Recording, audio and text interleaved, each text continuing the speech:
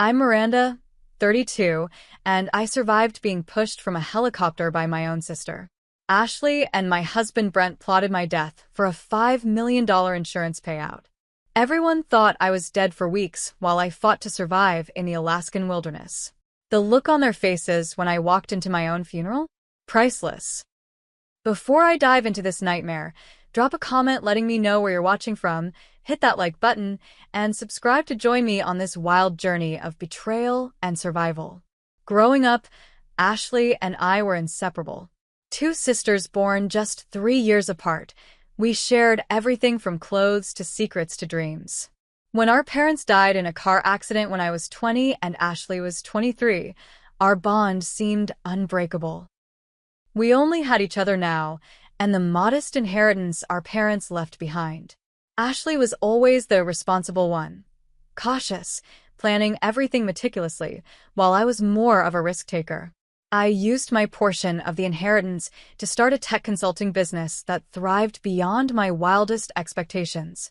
Within 5 years, my company was valued at over $15 million, and I was featured in Business Weekly as one of the top 30 under 30 entrepreneurs to watch. Ashley took a different path. She invested her inheritance in what seemed like a stable retail franchise, but a combination of poor location, economic downturn, and possibly mismanagement led to its failure within 2 years. She lost almost everything and had to start over working entry-level marketing jobs, struggling to pay off the business debts she'd accumulated. I never lorded my success over her. In fact, I offered to help numerous times, but Ashley had too much pride. "I'll figure it out myself," she always said with that tight smile that never quite reached her eyes. I respected her independence, but looking back, I should have seen the resentment building beneath the surface. The sidelong glances when I mentioned a new client, the slight stiffening when I talked about buying my lakeside house, the forced enthusiasm when I took her shopping and insisted on paying. That's where Brent came into my life, at a charity gala I was sponsoring for child literacy.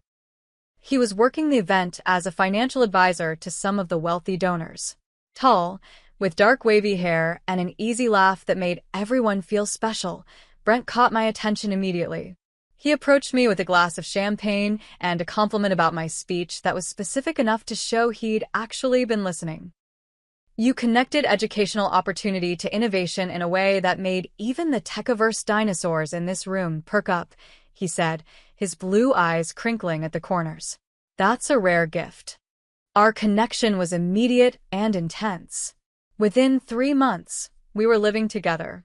By 6 months, he had proposed with a vintage emerald ring that showed he'd been paying attention when I mentioned once that diamonds felt too obvious.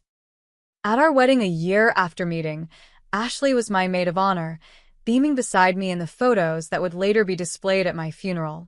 What I didn't know then was that Brent's career was in trouble. He'd made some ethically questionable investment recommendations to clients that hadn't yet come to light, but had forced him to switch firms twice in the year before we met. His charming persona and network kept him employed, but his income was nowhere near what he implied. When we merged our finances after marriage, I was surprised to find substantial debt and minimal savings, but he explained it away as investing in himself through advanced certifications and temporary setbacks. I believed him completely. That was my first mistake. Looking back, there were signs that Ashley and Brent had an unusual connection from the start. They laughed at the same obscure jokes, often completed each other's sentences, and sometimes I'd walk into a room to find them in deep conversation that would abruptly shift when I appeared. I thought it was wonderful that my sister and husband got along so well. Their closeness seemed like a blessing. "You're so lucky," my friend Jessica told me once. "Most women have to deal with their husband and sister hating each other. You've got the dream team." The dream team. What a joke that would turn out to be. The first real sign that something was off came about 2 years into my marriage. I came home early from a business trip to surprise Brent and overheard him and Ashley in our kitchen. They weren't doing anything inappropriate, just talking, but their voices had an intensity, a secrecy that made me pause outside the door. "She'd never agree to it," Ashley whispered. "You know how she is about control." "We don't have to decide anything now," Brent replied. But the opportunity won't last forever. When I walked in, they jumped apart like guilty teenagers, explaining they were discussing a surprise birthday party for me. I accepted the explanation, even though my birthday was still 5 months away. I wanted to believe them. Then financial documents started disappearing from my home office. Investment statements, insurance policies, the business succession plan I'd created with my lawyers. When I mentioned the missing papers, Brent suggested I was working too hard and misplacing things. He even helped me search for them, eventually finding them filed in the wrong folders. There were strange reactions, too, when I talked about future plans. Mentions of our 5th anniversary trip to Japan were met with vague enthusiasm from Brent. When I talked about expanding my business to international markets, which would require more travel for me, both Ashley and Brent seemed oddly interested in the logistics of how long I'd be gone and how often. Brent began having unexplained absences, networking events that couldn't be verified, client meetings that ran mysteriously late, golf games that left no mud on his shoes. When questioned, he'd get defensive, accusing me of not trusting him. "You're so suspicious lately," he'd say.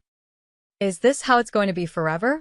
You, successful and doubting me at every turn?" The guilt would work every time. I'd back down, apologize, remind myself that relationships require trust. I ignored the red flags because I wanted to believe in the life I thought we were building. I didn't want to be the suspicious, controlling wife. I wanted to be the supportive partner who believed in her husband unconditionally. That unconditional trust would nearly cost me my life. The invitation to the helicopter tour came as part of my annual executive retreat in Alaska. Every year, my company's leadership team spent a week at a luxury wilderness lodge, combining strategic planning with outdoor adventures. This particular year, we were scheduled to take helicopter tours of the glaciers and remote mountain ranges, a highlight of the trip that everyone looked forward to. 2 weeks before the retreat, during Sunday brunch at our house, I mentioned the helicopter tours to Ashley and Brent. "It sounds amazing," Ashley said, her eyes lighting up with what I now recognize as calculation rather than excitement. "I've always wanted to see Alaska from the air." "You should come with me," I suggested impulsively. "The company has a friends and family day. You could join for the helicopter tour and the evening banquet." I expected her to decline. Ashley usually avoided my company events, saying they made her feel like the poor relation. But this time, she immediately accepted. "I could use a mini vacation," she said. "Things have been so stressful at work lately." Brent encouraged the idea enthusiastically. "You two haven't had sister time in ages. It's perfect." That same week, Brent brought up the subject of life insurance. We already had policies through my company, but he suggested we needed additional coverage. "Your business is growing," he reasoned. "We need to make sure everything's protected in case something happens to you. What if a client sues? What if there's an accident?" His concerns seemed reasonable. As the primary breadwinner with a growing company, additional insurance made sense. I agreed to the policy without much thought. $5 million that would go to Brent if I died, with Ashley named as the secondary beneficiary, just in case, as Brent suggested. The insurance agent seemed surprised at the amount and asked several questions about why we needed such extensive coverage so quickly. Brent smoothly explained it was for business liability protection and estate planning purposes. His background in financial services made his explanation sound legitimate, and I was too busy with quarter-end reports to pay much attention to the details. As the trip approached, Brent became increasingly affectionate and attentive. He planned special dinners, brought home flowers for no reason, and kept telling me to enjoy every moment of my trip. At the time, I interpreted this as loving support. Now I recognize it as the guilty conscience of a man saying goodbye. The night before my departure, he held me longer than usual. "I need you to know how much you mean to me," he said, his voice thick with what I thought was emotion but was probably just well-practiced deception. "Ashley gave me an unusual gift the morning of my flight, an expensive bottle of perfume. It's your favorite," she insisted, though I'd never worn that scent before. I spritzed it on to please her, not realizing she wanted me heavily scented to mask any other smells later, like fear or adrenaline, that might alert the pilot to something amiss. When we arrived in Alaska, the beauty of the landscape momentarily made me forget any lingering concerns. The jagged mountains, ancient glaciers, and vast wilderness created a sense of peaceful insignificance. How small human problems seemed in such a majestic setting. The morning of the helicopter tour dawned clear and bright, perfect flying conditions. Ashley seemed unusually interested in the details of our excursion. Which route are we taking? How long will we be in the air? How many people per helicopter? Are the doors removed for better photos? Her questions seemed excessive, but I attributed her intensity to excitement. We were assigned to a helicopter with just one other passenger, an older gentleman from my finance team who, at the last minute, complained of altitude sickness and didn't board. That left just Ashley, me, and the pilot, a gruff local named Tom who had been flying these routes for 20 years. As we lifted off, Ashley clutched her seat with white knuckles. I teased her about being nervous, not recognizing that her anxiety stemmed from what she was planning to do, not fear of flying. About 30 minutes into our flight, we were hovering over a particularly remote area of wilderness, miles from any trails or ranger stations. Tom received a call on his radio and explained he needed to check something with the ground crew. Just a quick stop at this service station, he explained, pointing to a small outpost below. Fuel gauge is acting funny. Won't take more than 5 minutes. He landed smoothly on a small pad, turned to us and said, "Sit tight, ladies. Keep your harnesses on. I'll be right back." The moment he stepped out, Ashley's demeanor changed completely. The nervous sister was replaced by someone calculating and cold. "Let's get some photos while he's gone," she suggested, unbuckling her harness. The view from the door would be amazing. I followed her, trusting as always. She opened the helicopter door, the rush of mountain air hitting us both. I stepped toward the opening, camera ready. "The light is perfect," I said, looking out at the wilderness below. "Perfect for what I need to do," Ashley replied. I turned, confused by her tone, just in time to see her expression harden with resolve. In that moment, her face became a stranger's, cold, determined, without a trace of sisterly love. Her hands connected with my shoulders in a violent push. There was no hesitation, no sign of inner conflict. I remember her eyes most clearly, flat and businesslike, as if she were merely completing a transaction. The force sent me tumbling backward, out of the helicopter. As I fell, our eyes met one final time. She didn't look away or show remorse. Instead, she reached for the door handle to close it, already moving on to the next step in her plan.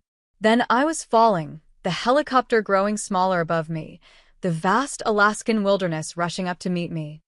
The human body falls at about 120 miles per hour in a free drop. But I wasn't in a free drop. My body tumbled and spun, creating drag. And then there were the trees, the dense pine forest that both saved and nearly killed me. I crashed through the upper branches, each impact slowing my descent, but also inflicting damage. Ribs cracked. Skin tore. A branch as thick as my arm connected with my left leg, snapping the femur with a sickening sound that somehow registered even through my terror. The final impact knocked me unconscious. When I came to, minutes or hours later, I couldn't tell. The physical pain hit me in waves of such intensity that I vomited. My tailored business suit was shredded, one pump missing, blood soaking through the silk blouse I'd chosen so carefully that morning. But the physical agony paled compared to the emotional impact of what had happened. My sister had tried to murder me. My own flesh and blood had looked me in the eyes and pushed me to what should have been my death. And Brent, he must have known. The insurance policy, the sudden interest in my trip details, the strange goodbye. They had planned this together. I screamed then, a primal sound of rage and betrayal that scattered nearby birds from their perches. I screamed until my throat was raw, until the pain in my chest from my broken ribs forced me to stop. And then, lying there in the wilderness, I made a decision that would define everything that followed. I would not die. I would survive, not just for justice, but for the pure defiance of ruining their carefully laid plans. The first task was assessing my injuries. The broken femur was the most serious and immediately threatening. I couldn't walk, and an untreated break like that could lead to fat embolism, infection, or deadly blood loss. Using strips torn from my suit jacket and broken branches from around me, I constructed a crude splint. The process nearly made me pass out multiple times, but I kept going, focusing on Ashley's face as she pushed me, using my rage as anesthesia. Next was shelter. The Alaska wilderness, even in summer, gets dangerously cold at night. I dragged myself under a fallen log, creating a small protected space lined with pine boughs for insulation. My watch, miraculously still working, told me it was late afternoon. I had maybe 4 hours of daylight left. Water would be critical. I could hear a stream nearby, but couldn't reach it with my broken leg. Instead, I tore the silk lining from my jacket and stretched it over a depression in the ground, creating a collection device for dew and any rain that might fall. As night approached, the temperature dropped dramatically. I was dressed for a climate-controlled helicopter and business meeting, not wilderness survival. Hypothermia became my most immediate threat. I pulled every pine branch and piece of forest debris I could reach into my makeshift shelter, creating layers between me and the cold ground. I wrapped my torso in the remains of my suit jacket, leaving my injured leg elevated on a mound of gathered moss.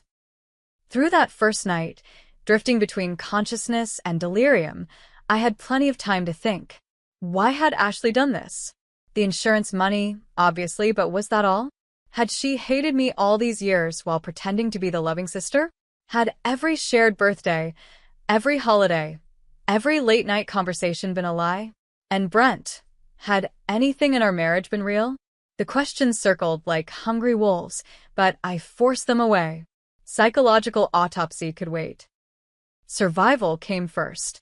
Dawn brought rain, both blessing and curse.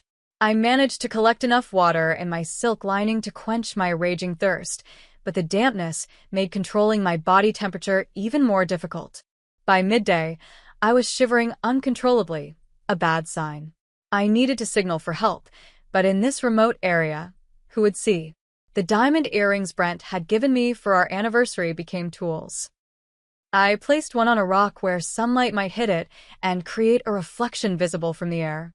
The other I kept as a cutting tool, using the hard edge to sharpen sticks and slice through the tougher materials of my clothing to create bandages for my numerous cuts. The second day brought fever. Infection was setting in, either from my leg or one of the many lacerations covering my body. I chewed pine needles, having vaguely remembered reading about their vitamin C content and antiseptic properties. The bitter taste was oddly comforting. At least I was doing something, fighting in some small way. By the third day, I was slipping in and out of consciousness more frequently. The pain had become a constant companion, almost separate from me. I named it Ashley, which seemed fitting. In more lucid moments, I focused on my business training, problem-solving, resource allocation, critical path analysis. I'd built a multi-million-dollar company from nothing. Surely I could survive this. I created mental flowcharts for different scenarios. If rescue came, what information would I need to remember? If the fever worsened, what were my options? If an animal discovered my shelter, how would I defend myself? The structured thinking kept panic at bay and gave me the illusion of control in a situation where I had almost none. On what I believe was the fourth day, voices woke me from a feverish dream about falling. At first, I thought I was hallucinating, but the sounds persisted, human voices calling back and forth to each other. Through here. Watch that drop-off. How much farther to the summit? Hikers. Recreational hikers on a trail I had known was relatively close by. With every ounce of strength remaining, I called out, a hoarse, broken sound that seemed too weak to travel more than a few feet. I tried again, louder, ignoring the searing pain in my ribs. The voices stopped. Then, did you hear that? Probably just a bird. No, listen, there it is again. I kept calling, using my good leg to bang a stick against a nearby log for additional noise. The minutes stretched agonizingly until suddenly, foliage parted, and two shocked faces appeared, a young couple in bright outdoor gear, utterly unprepared for the bloody, broken woman they found in the wilderness. "Oh my God," the woman whispered. "Jared, call for emergency evac now." The man fumbled for a satellite phone. "What happened? Who are you?" "My name is Miranda Taylor," I managed to say. "My sister pushed me from a helicopter 4 days ago. She and my husband are trying to kill me for insurance money." Their expressions would have been comical under different circumstances: shock, disbelief, and the awkward uncertainty of how to respond to such an outlandish statement. "Let's focus on getting you help first," the woman, who introduced herself as Rachel, said diplomatically. "Everything else can wait." The rescue helicopter arrived within 2 hours, the cruel irony of being saved by the same type of aircraft that had been the instrument of my intended murder was not lost on me. The emergency medics were efficient and kind, expressing amazement that I had survived both the fall and 4 days in the wilderness with such severe injuries. As they loaded me into the helicopter, I heard one medic say to another, "Isn't this near where that executive woman went missing earlier this week? The one who fell during a photo op? They've been searching the Western Quadrant, but there was no sign." My blood ran cold. They had reported my accident, but deliberately misdirected the search efforts. Of course, Ashley and Brent would need a body for the insurance payout. They would have told authorities approximately where I fell, but given them incorrect coordinates to ensure I wouldn't be found until it was too late. In the hospital, drifting in and out of consciousness through a haze of pain medication and surgery, I caught fragments of conversations among the nurses. "Poor thing. Such a tragedy. Husband on his way from Seattle. Sister already identified her belongings. Funeral being planned for next week." They thought I was just another patient. They had no idea they were discussing my own death with me. Somewhere in the hospital billing system, I was a Miranda Taylor, attempted murder victim. I was Jane Doe, hiking accident, found miles from where Miranda Taylor had reportedly fallen to her death. The perfect cover for what would become my greatest advantage, the element of surprise. I spent 3 days in and out of surgeries before I was lucid enough to fully understand my situation. By then, according to the snippets of news I could gather from the hospital television, the search for my body had been called off due to dangerous conditions. The narrative being reported was tragic but straightforward. Successful businesswoman Miranda Taylor had accidentally fallen while taking photos during a helicopter tour of Alaska. Her body was presumed lost in the vast wilderness. What struck me most was how quickly Brent and Ashley had moved to cement this story. There were already quotes from both of them in the news articles, heartfelt statements about their devastating loss, their appreciation for the search teams, their request for privacy during this difficult time. Miranda lived life to the fullest, Brent told reporters, his voice reportedly breaking with emotion. She was always seeking the next adventure, the next beautiful view. That she died doing what she loved is our only consolation in this nightmare. Ashley's statement was equally performative. "My sister was my best friend and my inspiration. I keep thinking about our last moments together, how happy she was seeing the glaciers from above. I will carry that memory with me always." The calculated precision of their lies made my blood boil. I was still struggling to process the betrayal when a new visitor entered my hospital room. Not a doctor or nurse, but a woman in a sharp pantsuit who introduced herself as Detective Lauren Reeves. "The hikers who found you reported some concerning claims you made," she said, pulling up a chair beside my bed. "About being pushed from a helicopter? By your sister?" For a moment, I considered backtracking. Who would believe such an outlandish story? But something in Detective Reeves' straightforward gaze told me she wasn't there to dismiss me. "It's true," I said. "Every word of it. My sister Ashley pushed me from that helicopter, and I'm certain my husband Brent was part of the plan." I expected skepticism, but instead, she nodded thoughtfully. "The coordinates where you were found are nowhere near where your sister and the pilot reported your fall. That was the first red flag. The second was the insurance policy your husband tried to expedite a claim on yesterday, $5 million, taken out just 3 weeks ago. My heart pounded painfully against my broken ribs. He's already trying to claim it? They both are. Your sister, as the secondary beneficiary, is helping expedite the process given the unusual circumstances. Their story is that you were leaning out for a photo when a gust of wind caught you. The pilot corroborates this. The pilot was in on it too, I said. He deliberately left us alone. Detective Reeves made notes. Here's where we stand, Miss Taylor. I believe you, but belief isn't evidence. Your sister and husband think you're dead, which gives us a unique advantage. If you're willing, I'd like to keep it that way for a little longer while we build a case. And so began my official death, a strange limbo where I was simultaneously recovering from near-fatal injuries and watching my own life be dismantled by the people I had trusted most. From my hospital bed, with Detective Reeves as my ally, I learned the full extent of the betrayal. The insurance policy was just the beginning. Ashley had been named in my will as the executor of my estate if both Brent and I died, a detail I'd forgotten from our estate planning after our parents' death. With me dead and Brent potentially implicated if questions arose, Ashley would have significant control over my company and assets during probate. Digital forensics uncovered deleted text messages between Ashley and Brent going back 18 months, long enough to establish that their relationship had evolved from friendship to affair to criminal conspiracy. Need to move timeline up, one message from Brent read. Investors asking questions about past recommendations.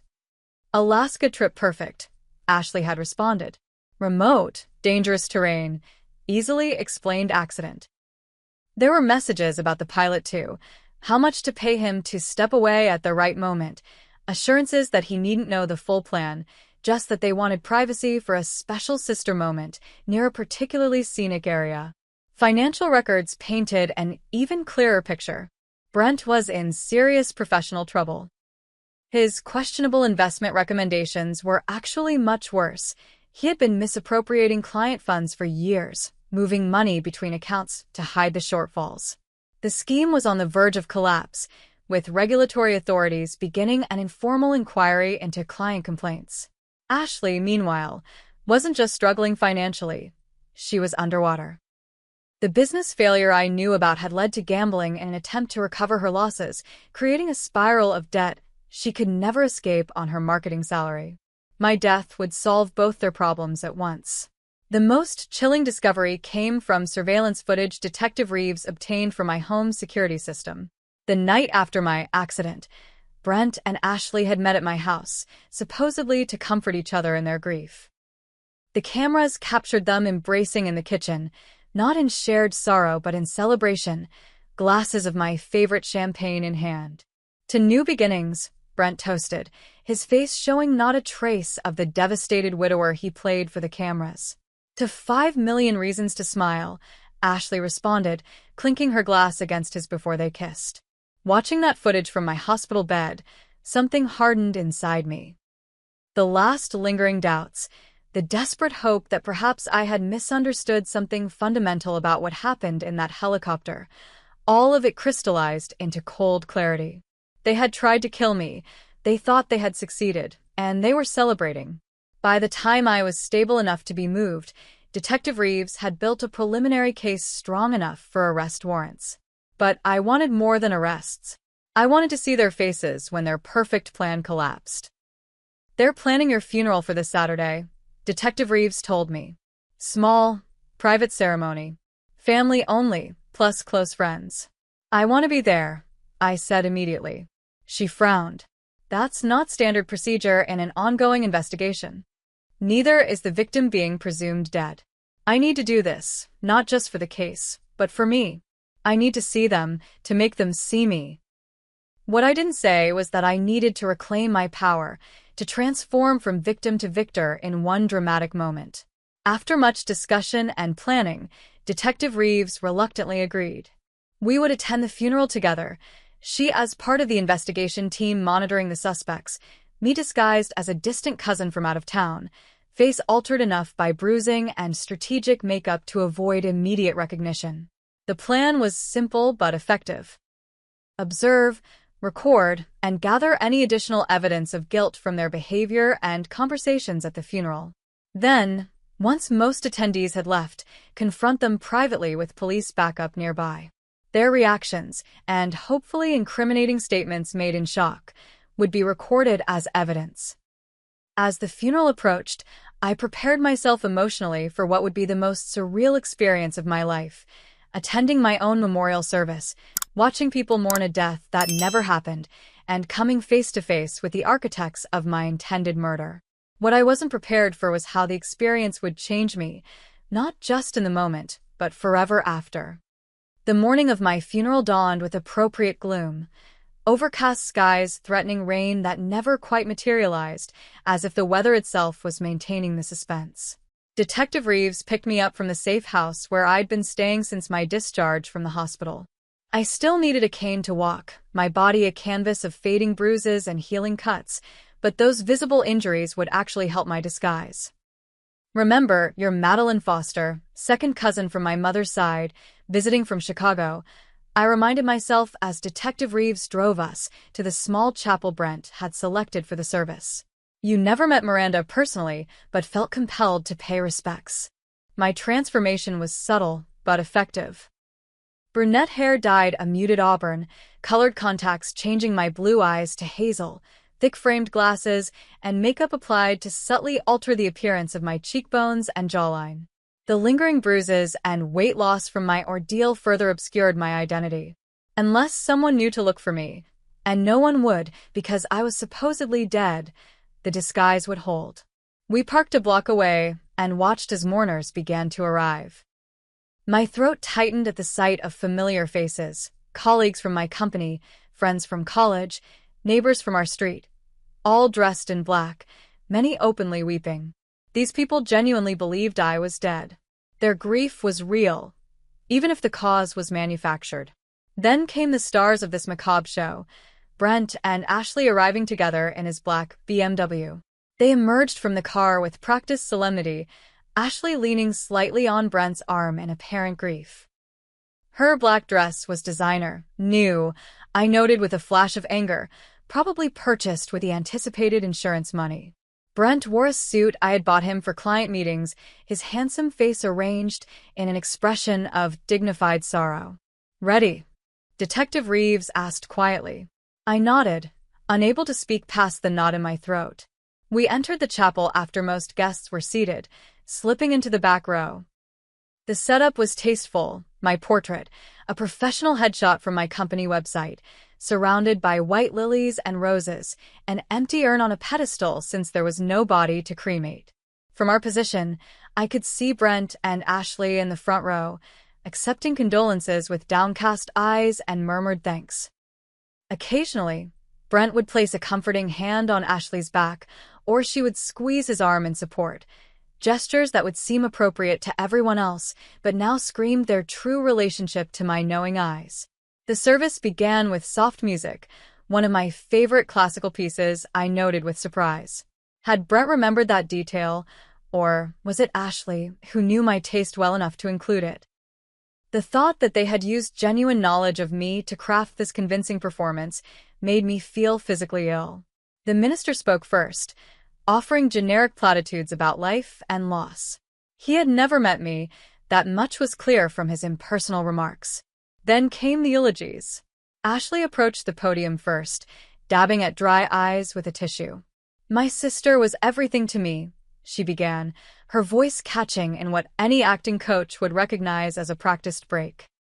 "From childhood, Miranda was my protector, my confidant, my inspiration. She achieved so much in her too short life, building a business from nothing, touching countless lives with her generosity and vision." I listened in growing disbelief as she wove truth and lies together seamlessly. Yes, I had built my business from scratch.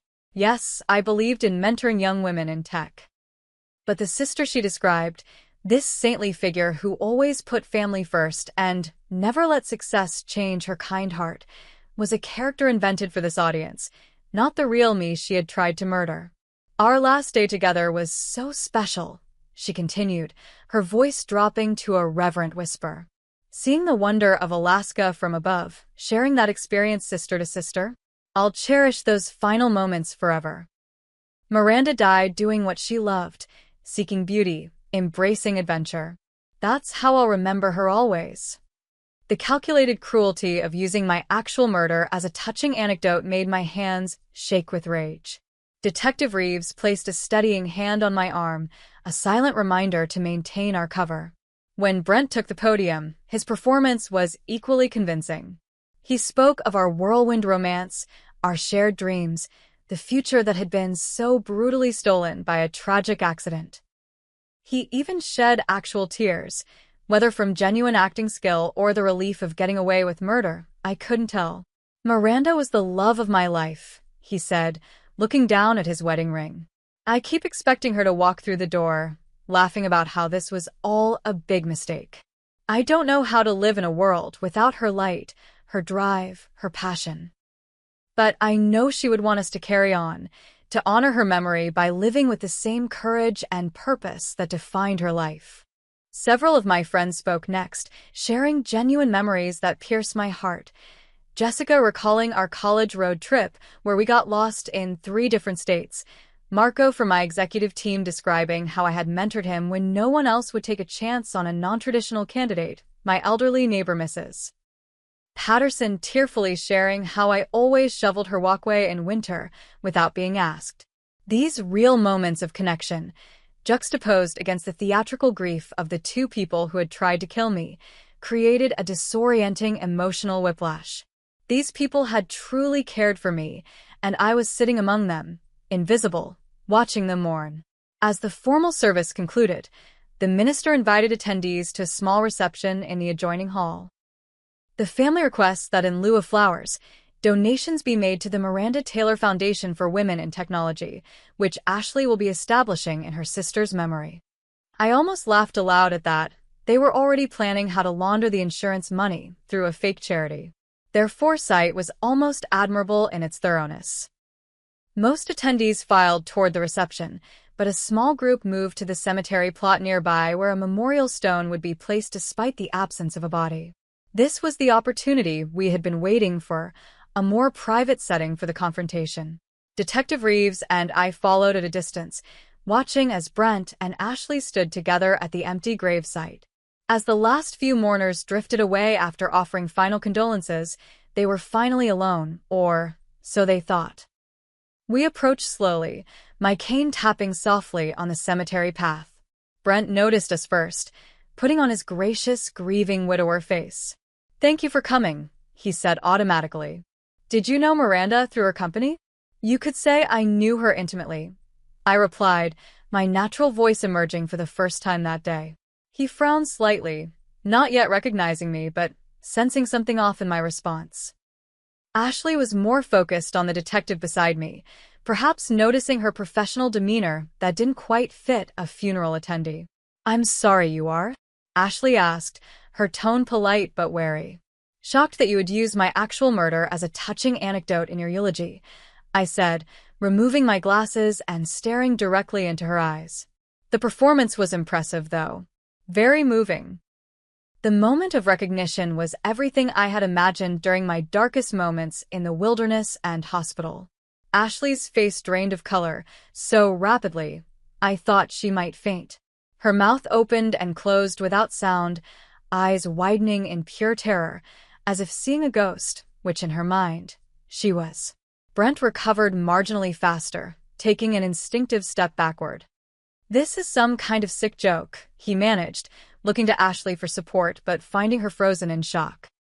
"No joke," Detective Reeves said, showing her badge. "Just the miraculous survival of the woman you 2 conspired to murder." "Miranda?" Ashley finally whispered, her voice strangled. "How? You can't be alive." "I finished for her." "Disappointed?" "I survived the fall, Ashley. I survived 4 days in the wilderness with a broken leg and internal bleeding. I survived while you were picking out your funeral outfit and planning how to spend my money." Brent's shock was morphing quickly into calculation. I could almost see him formulating denials, explanations, ways to twist this into a misunderstanding. "Baby, what are you saying?" There was an accident, you fell. We've been devastated. Stop. My voice cut through his pathetic beginnings of a lie. We have the texts between you two. We have the financial records. We have the pilot statement about being paid to leave us alone in the helicopter. We have surveillance footage of you celebrating my death. It's over. Ashley's survival instinct finally kicked in. She turned to run, but two uniformed officers who had been waiting discreetly nearby moved to block her path. Brent took a different approach, falling to his knees in a show of remorse. Miranda, please, you have to understand. We were desperate. I made mistakes with client funds. I was going to go to prison. Ashley was drowning in debt. We never wanted to hurt you. We just needed to murder me for money? I finished coldly. That's the definition of wanting to hurt me, Brent.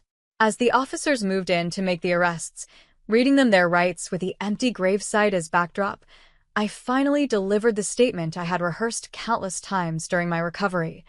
You know what your biggest mistake was? Not the sloppy planning or the obvious money trail. It was underestimating me. You saw me as nothing but a cash source, not as the woman who built a multi-million-dollar company through grit and intelligence, not as someone who would fight with everything she had to survive. You thought you were writing my ending, but you only set up the beginning of a story you won't like very much.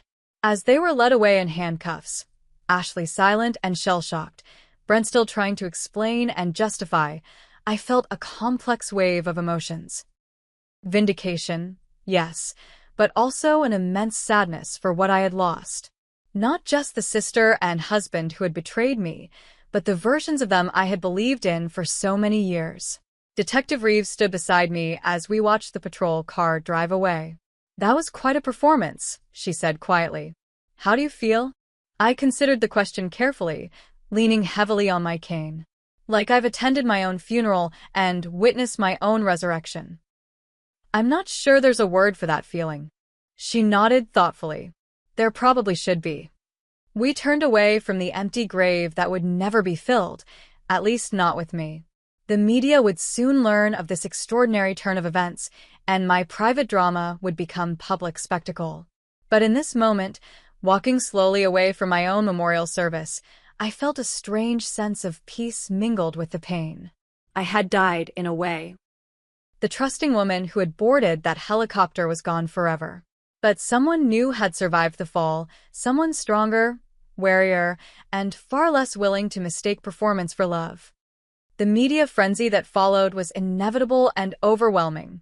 Back from the dead, CEO survives murder plot by sister and husband, screamed the headlines. Every news outlet wanted an exclusive on what they called the helicopter heiress story, a nickname I detested but couldn't escape. My face was suddenly everywhere, my private trauma dissected for public consumption.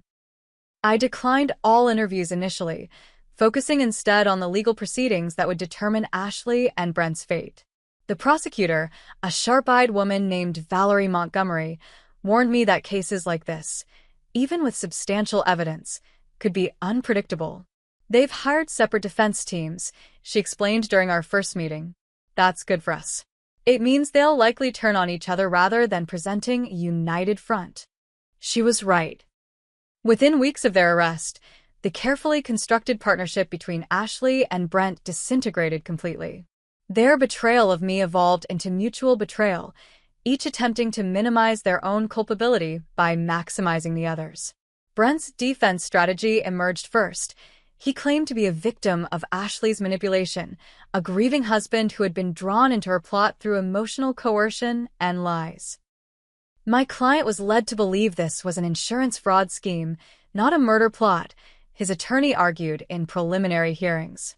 Miss Thompson convinced him that her sister would be safely evacuated by an accomplice on the ground after staging the fall. He never intended actual harm to come to his wife. Ashley's team countered with equal desperation. MS. Thompson was under the psychological control of Brent Taylor, who had been systematically isolating her from other relationships and exploiting her financial vulnerability. She participated under explicit threats to her safety. Watching them scramble to paint each other as the mastermind was both vindicating and exhausting. The pilot, facing his own charges as an accomplice, quickly accepted a plea deal in exchange for testimony, confirming that both Ashley and Brent had been involved in planning the accident, and that he had been told I would only be frightened, not actually pushed. The trial itself was a grueling 3-week ordeal.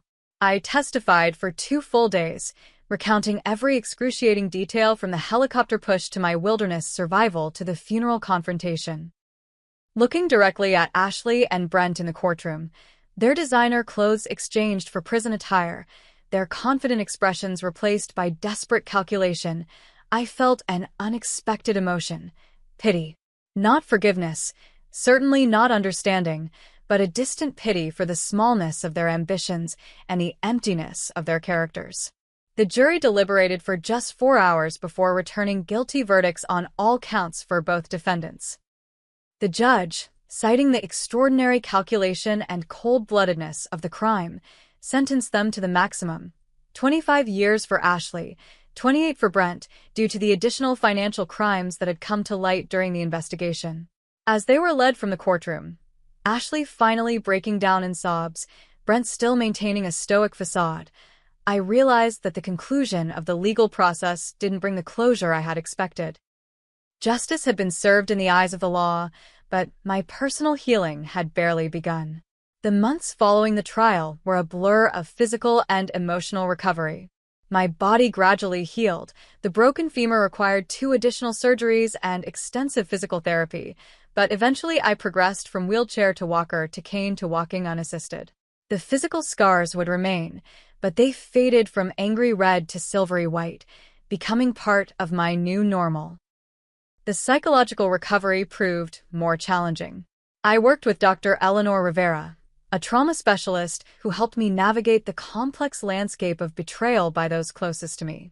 What you're experiencing is compound trauma, she explained during one particularly difficult session.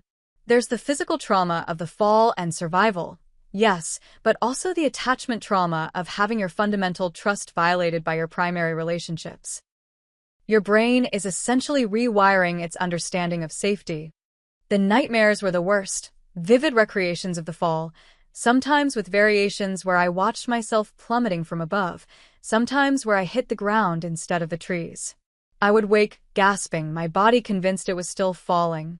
Dr. Rivera taught me grounding techniques, ways to remind my nervous system that I was safe in the present moment. Place your feet firmly on the floor, she would instruct. Name 5 things you can see, 4 things you can touch, 3 things you can hear, 2 things you can smell, 1 thing you can taste. Remind your body where and when it exists. Slowly, the acute panic began to subside, though certain triggers remained powerful: the sound of helicopter blades, unexpected drops in elevation, even the particular shade of blue that matched the Alaskan sky that day. While working on my psychological recovery, I also faced the challenge of reclaiming my professional identity. My company had been in leadership limbo during my death and subsequent reappearance. Marco, my loyal COO, had kept operations running, but strategic decisions had been postponed, and some nervous clients had taken their business elsewhere. The board called an emergency meeting upon my return, expressing concern about the company's stability given both the trauma I had experienced and the sensational nature of the case. The publicity is problematic, one board member said delicately. Investors are worried about associating with such a high-profile scandal. Problematic, I repeated, feeling a flash of the new anger that seemed to live just beneath my surface these days. I was the victim of attempted murder. I survived against impossible odds. I helped bring the perpetrators to justice. Which part of that narrative concerns our investors, exactly? The room fell silent until Marco spoke up. I think what Miranda is suggesting, and I agree, is that we can reframe this story as one of resilience, determination, and triumph. Those are values our company has always stood for. That reframing became our new direction. Rather than hiding from the publicity, we leaned into it, on my terms. I gave a single in-depth interview to a respected business journal, focusing not on the sensational aspects of the case, but on the psychological resources and problem-solving mentality that had helped me survive both the wilderness and the betrayal. The same skills that build successful companies, assessing resources, identifying critical paths, maintaining focus under pressure, adapting to changing conditions, saved my life in that forest, I explained. And they're the same skills that will guide our company forward. The interview resonated widely, changing the conversation from lurid fascination to professional respect. New clients approached us specifically because of the demonstrated resilience, and most existing clients recommitted to our services. 6 months after the trial, I made 2 significant decisions that would shape my future. First, I established the Wilderness Survival Foundation, using a portion of my own funds, ironically including the life insurance policy that had been returned to me once the murder plot was exposed. The foundation focused on 2 missions: providing wilderness survival training to the public and supporting survivors of intimate partner betrayal and violence. Second, I began the process of meeting with other betrayal survivors, people whose stories weren't as dramatic as mine, but who carried similar wounds. A former client whose business partner had embezzled funds and framed him for tax evasion. A woman whose sister had stolen her identity and destroyed her credit. A man whose wife of 30 years had systematically turned their children against him with years of subtle lies. These connections formed the beginning of a support network that would eventually become as important to me as my business achievements. In helping others navigate their rebuilding process, I found frameworks for my own healing. 1 year after the helicopter incident, I returned to Alaska, not to the exact location of my fall, but to the hospital that had treated my injuries. I brought a substantial donation for their trauma center and spent time with the emergency team that had saved my life. I didn't expect you to ever want to see Alaska again, admitted Dr. Winters, who had overseen my emergency surgeries. It's not Alaska's fault that human beings can be monsters, I replied. This place is part of my story now, the place where I died in one sense and was reborn in another. I needed to reclaim it. As I stood looking out over the majestic wilderness from a safe, solid viewing platform rather than a helicopter, I felt a sense of perspective that had been missing in the chaotic aftermath of the trial. The landscape that had nearly killed me had also provided the means for my survival: the trees that broke my fall, the water that quenched my thirst, the shelter that protected me from the elements. Perhaps there was a metaphor there, I thought, about how the very experiences that break us can also become the source of our greatest strength. Exactly 1 year to the day after I crashed my own funeral, I found myself sitting alone in the cemetery, facing the now-removed memorial stone that had once borne my name. The grounds crew had replaced it with fresh sod months ago, but I could still see the outline where it had been, a ghost rectangle marking the spot where I was supposed to rest but never would. So much had changed in that year. My company had not only recovered but expanded, launching a new cybersecurity division that drew on my newfound appreciation for preparing for worst-case scenarios. The Wilderness Survival Foundation had trained over 2,000 people in basic outdoor emergency skills and provided therapy services to dozens of betrayal survivors.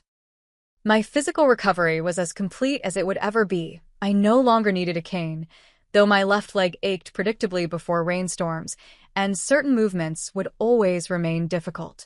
The scars had faded to the point where makeup could conceal them for professional appearances, though I increasingly chose not to bother. They were part of my story now, badges of survival rather than marks of victimhood. After sitting at the empty gravesite for nearly an hour, I drove to the cemetery where my parents were actually buried. I hadn't visited since before the helicopter incident. In fact, Ashley and I had come together the previous Christmas, placing matching wreaths and sharing memories of holiday traditions from our childhood. Hey, Mom. Hey, Dad, I said quietly, placing fresh flowers between their headstones. I'm not sure if you know what happened with Ashley. Part of me hopes you don't. The wind rustled through nearby trees, the only response to my words.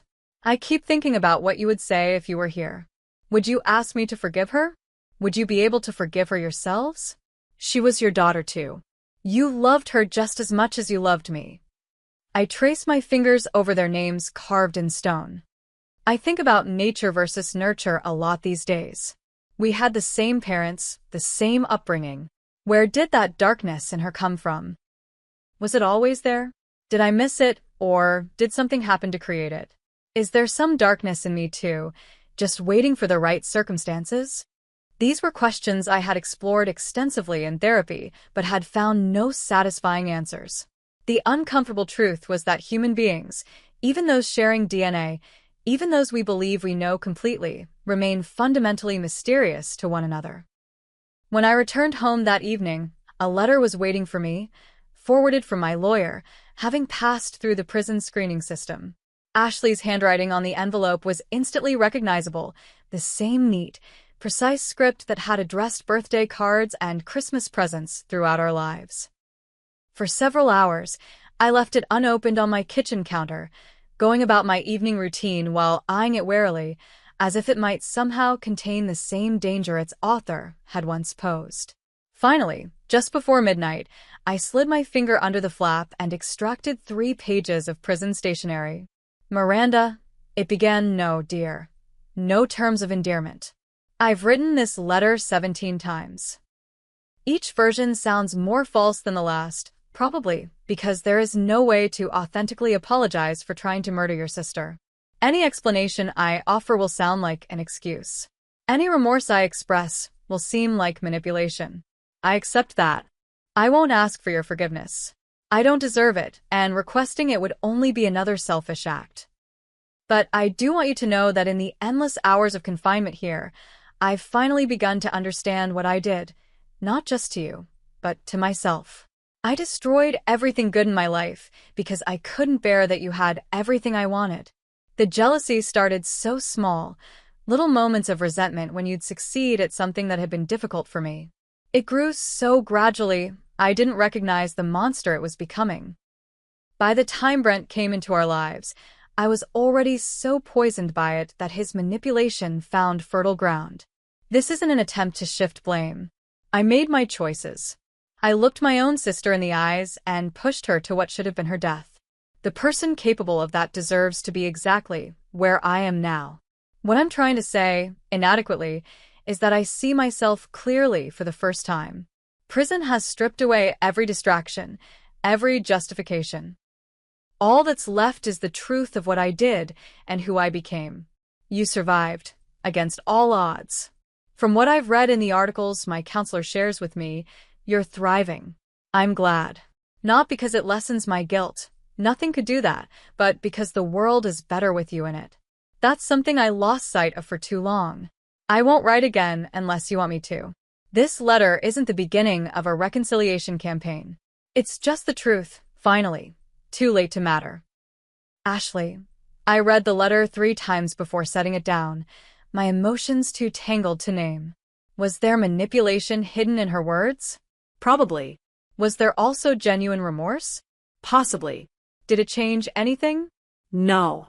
But something about having her acknowledgement, the unvarnished admission of what she had done, without the courtroom gymnastics of blame shifting, provided a piece of closure I hadn't realized I was missing. I didn't respond to the letter that night, or the next day, or the next week. I brought it to my next therapy session, where Dr. Rivera and I discussed what Ashley's words meant to my healing process and what, if anything, I wanted to do with them. You don't owe her a response, Dr. Rivera reminded me. Your healing doesn't depend on maintaining any connection with her. I know, I said. But I keep thinking about that moment in the helicopter, the last moment when she was still just my sister and not the person who tried to kill me. There was a split second before she pushed me when I saw something change in her eyes. I've replayed that moment so many times, wondering if I could have said or done something different. That's a common reaction for trauma survivors, Dr. Rivera said gently, looking for the moment where you could have changed the outcome. But Ashley's choices weren't your responsibility. Intellectually, I know that. But there's still this voice asking why I didn't see it coming, why I trusted so completely. Because trust is human. Vulnerability is human. Those aren't weaknesses, Miranda. They're the foundations of connection. That night, I made a decision about Ashley's letter.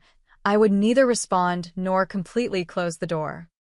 I would sit with the complexity of having a sister who is also my would-be murderer, a person I had once loved who had betrayed me in the most profound way possible. I would accept that both realities could exist simultaneously and that my healing didn't require resolving that paradox. As for Brent, I felt nothing but a distant contempt. His betrayal, while equally severe, lacked the primal violation of a sibling's attempt on my life. He had been my husband for 3 years. Ashley had been my sister for 32. The depth of history made her betrayal cut deeper, but also made its aftermath more complicated. In the weeks that followed the anniversary of my death, I found myself entering a new phase of recovery, one focused less on processing the trauma and more on defining the life I wanted to create moving forward. The question shifted from, "Why did this happen to me?" to "Who am I becoming because of what happened?" The survival skills that had kept me alive in the wilderness became metaphorical guides for my new life. Just as I had assessed my resources and injuries after the fall, I now took inventory of my strengths and vulnerabilities with clear eyes. Just as I had created shelter from available materials, I now built protective boundaries around my new relationships while remaining open to genuine connection. I began dating again, cautiously, selectively. James, a civil engineer I met through the Foundation's wilderness training program, became a steady presence in my life. He approached my story with neither morbid fascination nor excessive caution, treating my experience as part of me but not my defining characteristic. "What impressed me most wasn't that you survived the fall or even the wilderness," he told me after several months of dating. "It was that you chose to use what happened to help others. You could have disappeared into a private life of justified paranoia, but instead you built something meaningful from the wreckage." His perspective helped me see my own journey more clearly. The wilderness survival had been physical and immediate. Splint the broken leg, find water, create shelter, signal for help. The emotional survival that followed was more complex and ongoing. Acknowledge the pain, process the betrayal, rebuild trust selectively, find meaning in the experience. 2 years after the helicopter incident, I gave my first public speech about the experience at a conference for trauma survivors. Standing at the podium, looking out at hundreds of people who had endured their own versions of betrayal and loss, I finally found the words to articulate what I had learned. "We often talk about surviving trauma as if it's a return to who we were before," I began. "But that's not how it works. You don't go back to being the person you were. That person is gone, not because they were weak or flawed, but because trauma fundamentally changes how we understand ourselves and the world around us. The question isn't how to become that person again. The question is how to honor what they believed in while becoming someone new, someone who carries the truth of what happened without being defined by it. Someone who understands darkness more intimately but chooses light anyway, not out of naivety, but out of informed courage." I'm not the woman who boarded that helicopter in Alaska 2 years ago. That woman trusted completely, loved unconditionally, believed in the fundamental goodness of those closest to her. I honor her optimism and her openness. I grieve for her loss. But I'm not only the woman who fell from the sky and crawled through wilderness with a broken body either. That woman survived on rage and determination, on the driving need to see justice done. I respect her resilience and her strength. I acknowledge her pain. I'm what comes after both of them, a third version that incorporates the trust of the first and the resilience of the second, but exists in a new space of chosen vulnerability and informed hope. This version doesn't trust blindly, but chooses to trust carefully. She doesn't love without boundaries, but loves with healthy ones. She isn't naive about human capacity for betrayal, but she refuses to let that knowledge close her off from human connection. That's what survival really means, not just continuing to exist, but continuing to evolve. Not just enduring the fall, but learning to fly differently afterward. As I concluded my speech to resounding applause, I felt a sense of completion, not of my healing journey, which would continue throughout my life, but of the acute phase of recovery. The story of the helicopter, the betrayal, and the wilderness would always be part of me, but it no longer needed to be the primary story I told about myself or the lens through which I viewed every experience. There would be other chapters, other challenges, other triumphs. The woman who had crashed her own funeral was ready to attend the celebration of her new life, not as a ghost or a victim, but as the author of her continuing story. Have you ever experienced betrayal from someone you deeply trusted? How did you rebuild afterward? I'd love to hear your stories in the comments below. And if my journey of survival and transformation resonated with you, please like, subscribe, and share with someone who might need to hear that there's life after betrayal. Thank you for joining me on this incredibly personal story. Remember, even the deepest wounds can become the source of your greatest strength.